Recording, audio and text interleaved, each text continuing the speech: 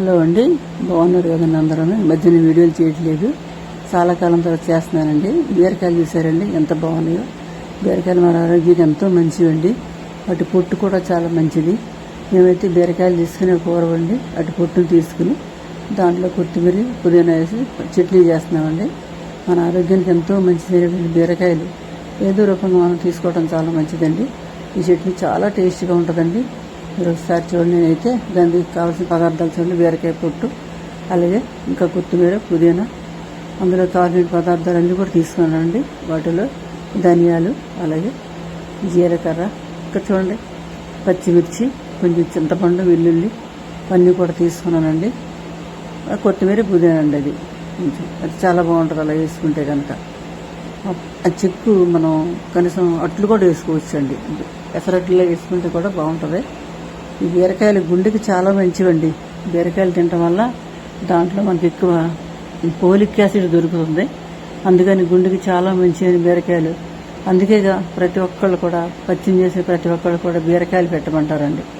అంత ఆరోగ్యమైన బీరకాయలు అన్ని వాడుకోవచ్చు. చూడండి, తీసుకున్నాను.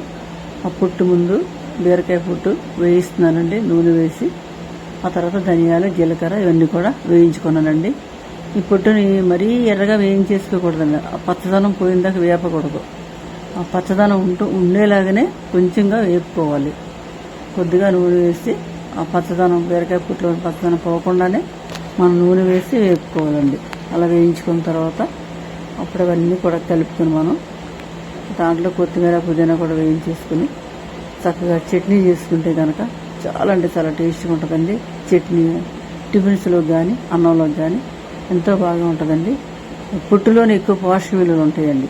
మనకి ఇంతవరకు తెలియక కొంతమంది పడేస్తారు కానండి. మన పూర్వీకుల నుంచి పెద్దవాళ్ళు కూడా, మన అమ్మమ్మలు, తాతమ్మలు కూడా ఈ పొట్టుని వాళ్ళదైన స్టైల్లో చక్కగా రోట్లు వేసి పచ్చడి దంచేవాళ్ళు అండి ఇదివరకు. అంచేత పుట్టు మనం ఇప్పుడు పచ్చడి రూపంలో కానీ పెసరట్ల రూపంలో కానీ మనం తప్పనిసరిగా చేసుకోవచ్చండి. అలా చేసుకోవటం వల్ల అందులో పోషకాలు ఏ విధంగా కూడా మనం మిస్ అవ్వము. అన్ని విధాల ఆరోగ్యం మంచిదైనటువంటి ఈ పొట్టుని మీరు కూడా ఒకసారి ట్రై చేయండి. ఇలాగా ఇందులో నువ్వులు వేసుకోవచ్చు, కొబ్బరి వేసుకోవచ్చు, వేరుశనగ గుళ్ళు కూడా వేసుకోవచ్చు అండి. అవన్నీ వేసుకుని మనం చట్నీ చేసుకుంటే మన ఆరోగ్యానికి ఎంతో మంచిది, నోటికి ఎంతో కమ్మగా రుచిగా ఉంటుందండి. తినొచ్చు. చూసారండి, ఇప్పుడు కొత్తిమీర వేయిస్తున్నాను. అలాగే తర్వాత నెమ్మదిగా ఆ కొత్తిమీర అంతా కూడా వేయించేసిన తర్వాత దాంట్లోనే కొంచెం పుదీనా కూడా ఉందండి. పుదీనా ఏమో మనకి గ్యాస్ పెరగకుండా చక్కగా ఆకలి అవ్వటం కొరకు, అరుగుదల కూడా పనిచేస్తుందండి. పుదీనా అయితే బ్లడ్ పట్టడానికి బాగా పనిచేస్తుందండి. జుట్టుకు కూడా జుట్టు బాగా ఎదగటం కొరకు, జుట్టు రాలకుండా ఉండడం కొరకు పుదీనా బాగా పనిచేస్తుందండి. పుదీనా కదా, సారీ అండి, కొత్తిమీర బాగా పనిచేస్తుందండి. పుదీనా ఏమో మనకు గ్యాస్ పట్టకుండా పనిచేస్తుందండి. జీర్ణశక్తి ఉంటుంది అందులో, చాలా మంచిదండి. కాబట్టి పుదీనా, కొత్తిమీర కూడా వేసి దీంట్లో చట్నీ చేస్తున్నాను. అయితే వేరుశనగ గుళ్ళు కానీ ఏమి ప్రస్తుతానికి రెడీగా వేయటం లేదండి. కేవలం అదే చట్నీ చేస్తున్నానండి. మీరు కూడా తప్పనిసరిగా చేసుకోండి. చాలామంది చేసుకుంటారు. చేసుకునే ఎవరైనా ఉంటే కనుక ఈసారి తప్పనిసరిగా మీరు కూడా ట్రై చేయండి.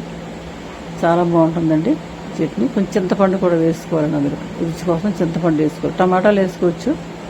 టమాటాలు వేసుకుని కానీ కొద్దిగా చింతపండు వేసుకుంటే ఆ రుచే వేరండి.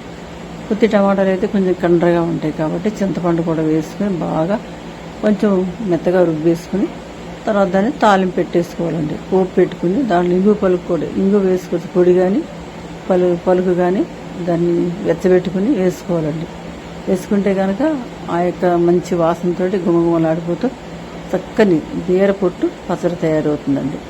అన్నంలోకి, టిఫిన్లోకి ఎంతో కమ్మగా, రుచిగా, ఆరోగ్యంగా ఉండే ఈ చట్నీ మీరు కూడా తప్పనిసరిగా చేసుకోండి. చేసుకుని అందరూ కూడా తినండి.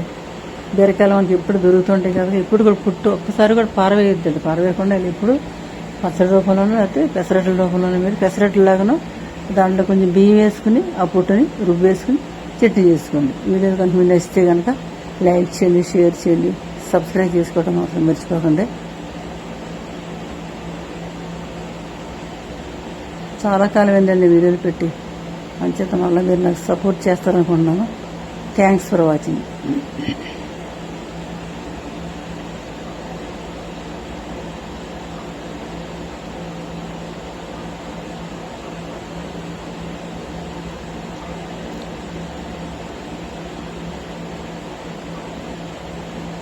బాగుంది కదండి చట్నీ, పచ్చగా మరి పచ్చదనం పోకుండా అలా చేసుకోవాలండి చట్నీ.